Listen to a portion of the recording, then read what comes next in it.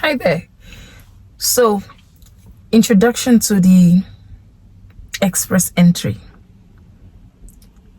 I wish I was teaching this on a board so that, when I draw the lines, the linking lines, you can better understand, but I'll try my best to make you understand.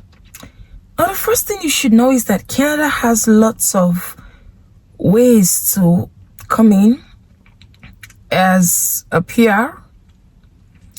There are pathways. When I say pathways, I mean Canada calls it pathways or routes, but that just means a point of entry, okay? A means of entry. There are pathways that will require you to work for maybe a year, and then you apply for your PR. You're eligible to apply for PR. There are pathways that you have to work for 3 months, and you can apply for PR. But for the sake of this discussion, or this video rather, I'm going to limit this to what I've been talking about. You hear express entry all the time, or maybe you've not heard it before. But I want you to know that in Canada, one of the ways that you can come into Canada as a permanent resident is through the express entry. Now, the express entry is divided into 3 classes. There is the Federal Skilled Worker Program, there is the Canadian Experience class, there is the Federal Skilled Trades Program.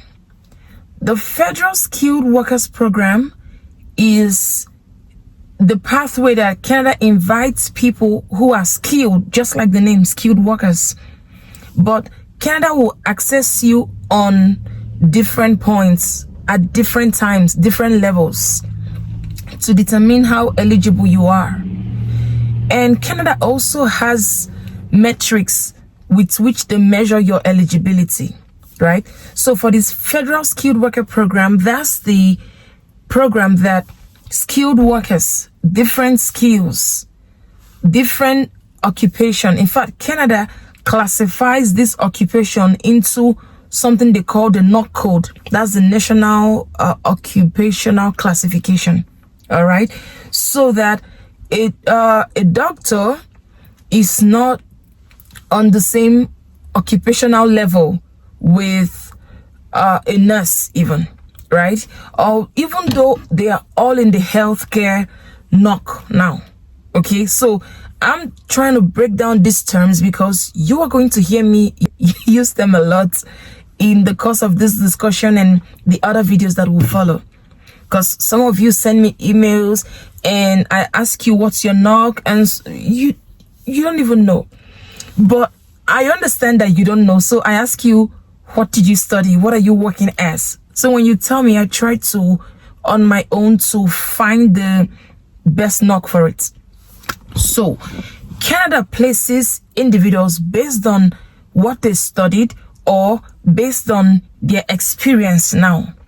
There are some NOC codes that you have to study that thing in school. For example, those in healthcare, all right? Those in certain profession. A doctor will have to study medicine and surgery in school before you can claim the physician NOC code.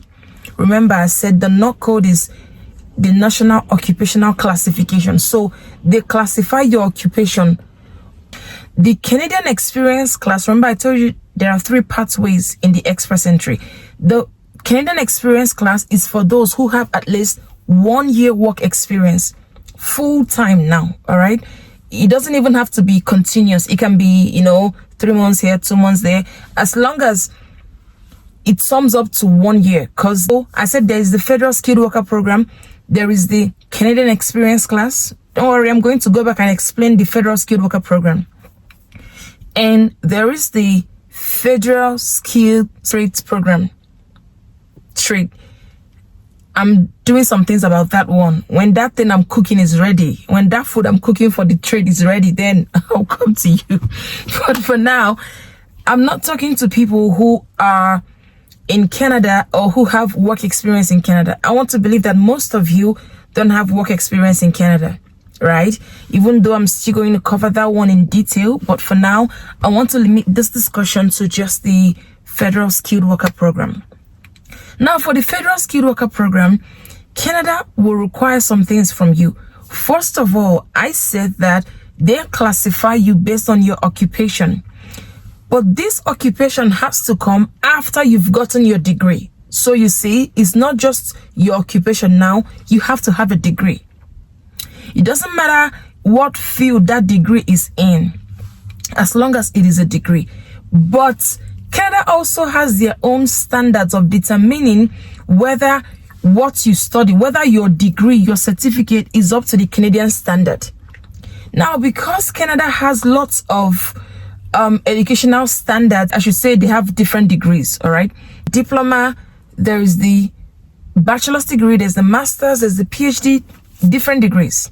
So they want to make sure that since you are coming to Canada as a skilled worker, they want to make sure that you have not just the skills, now you have the educational qualification to be absorbed into the Canadian job market.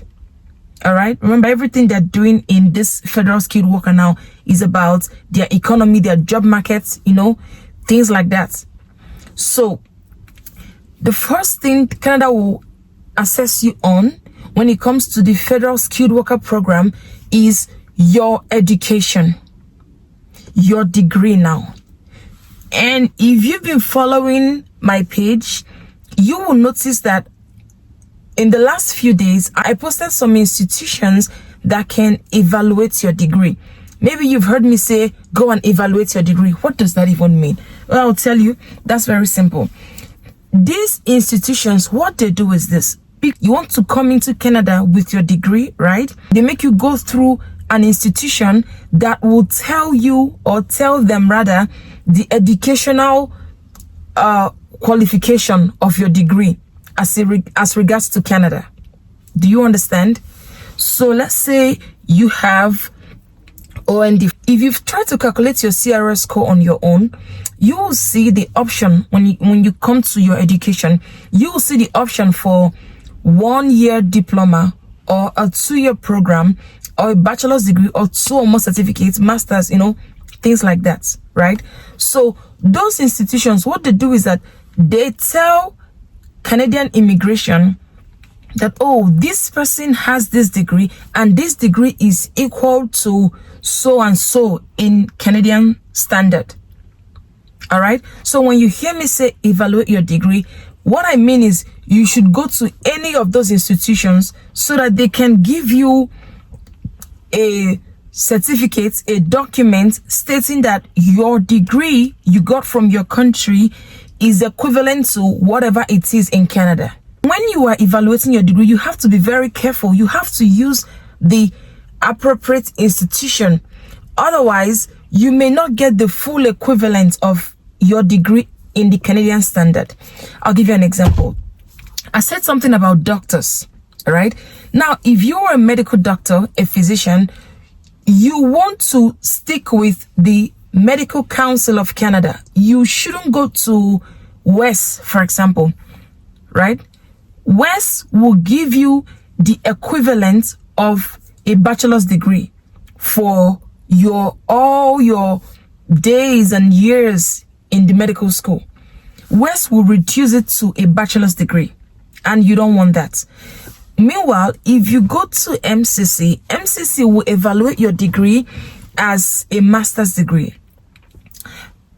Maybe I'm going too fast. You will understand. Say I will understand. Yes, you will understand.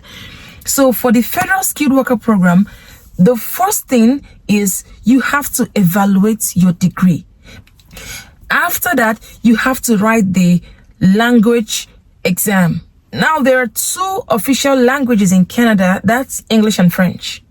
So it's either you are writing the IELTS. Now, for not just IELTS, you can write the CELPIP, you can write the PTE, all right? So the IELTS that you'll be writing, or the CELPIP or the PTE, those are for English now. You are telling Canada, yes, I can speak the English language. Yes, I understand the English language. Yes, I can write the English language. So you are going to prove that by writing an English language exam. For the IELTS, you'll be writing the IELTS General, because the IELTS Academic is different.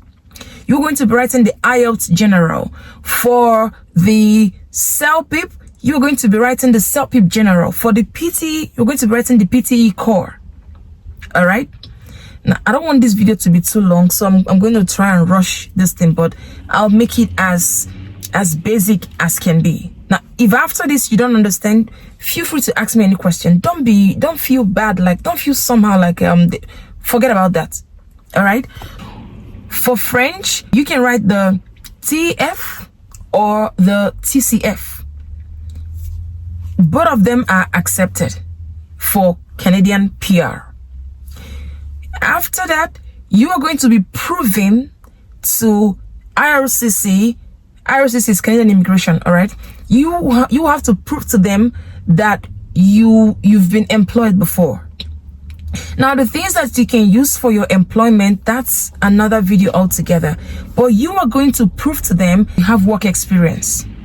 Now, how are you going to prove it to them? Aside where you impute it in your application for PR, you have to get a reference letter from whoever employed you. Okay, and that reference letter will have specific things that IRCC will be looking out for in it. For example, the first thing is that reference letter has to be written in the company's letterhead sheets on, okay, whatever, I've written IELTS. So it has to be printed on the company's letterhead paper, whatever. All right.